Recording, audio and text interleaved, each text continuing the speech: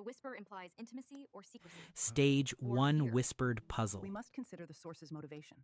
You study the first fragment's small, unrelated objects that insist there is a pattern if you look long enough. Those initial ticks on the timeline say nothing, yet only the silence between incidents that begs an explanation. You pin the first victim link, forcing ambiguity into a shape that might mean something. You map a tentative radius, potential territory without anchors, a hypothesis waiting for weight. Entering raw points is a mechanical ritual, a scaffolding for the mind to climb into pattern. The forensic psychologist reads the same ambiguity and names it detachment, a steady, clinical distance that keeps threads tidy. You compulsively scan the matrix again, hunting for faint signs of escalation that might explain intent. A new file arrives, more coordinates, more fragments. The perimeter of the puzzle quietly grows. You face the empty motive grid, the space where hunger for pattern will someday write itself in cold ink. You translate fragments into a visual matrix, threading escalation markers into a structure that begins to feel inevitable. A highlighted passage names what you already suspect: detachment, phrased clinically but ringing like a confession. You argue over motivation versus signature, intent versus habit, because the distinction will change everything you predict. Stacking timelines reveals escalation, control tightens, windows narrow, and what was ritual becomes more frequent. Stage 3 Masking and Movement. You light up comfort zones on the map, soft green pools, where habits and routes fold into predictable territory.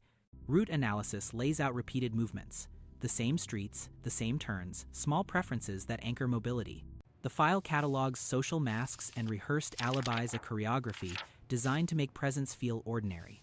You and the analyst note how the facade endures under pressure, perfected gestures that keep the mind's designs invisible.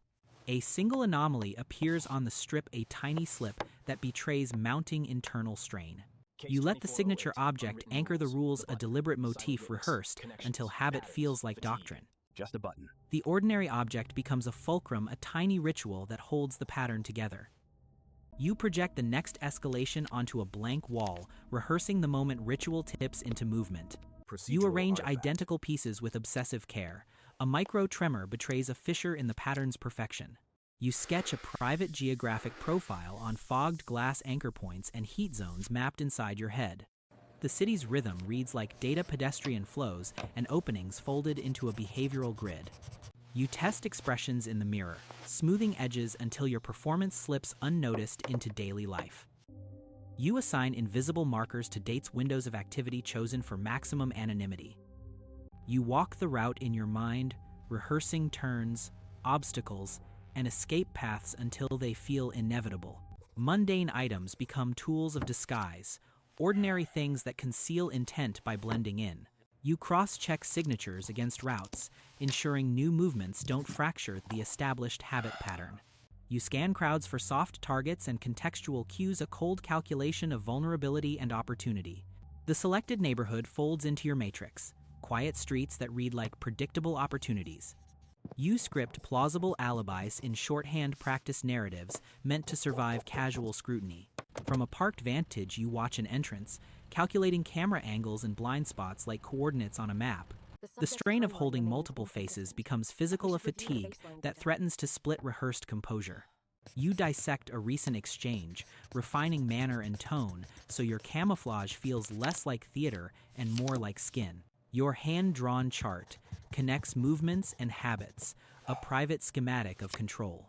You perform a final calibration, small objects aligned, routines tightened, the motive grid readied for action. Stage 4 Signature, Rituals and Slips. The slip is here. You perform the ritual, a needless, exact gesture that stamps your signature on the pattern. The chart now houses ritual elements, discrete markers tied to the illusion of stability. You replay the misstep a half beat off, a detail misaligned, the first tremor in a practiced routine. You rehearse the motion until muscle memory overrides the deviation, a compulsive correction to preserve the signature. A sealed evidence envelope hints at consequence, a trace cataloged where it can be matched back to pattern. A small slip warps the route in your head, introducing hesitation where there used to be seamless flow.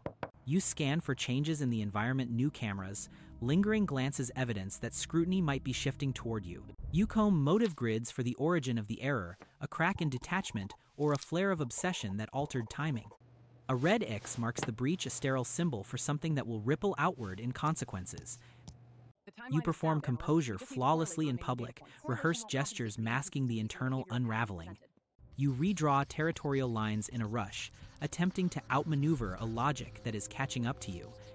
A near touch becomes proof, a procedural lapse that leaves a structural trace in the system. You begin to check over your shoulder reflexively, an emergent habit born of mounting paranoia. A crumpled scrap on the floor signals disorder, seeping into a previously immaculate routine. You sit with a rising dread, the psychological cost of the hunt tightening like a noose.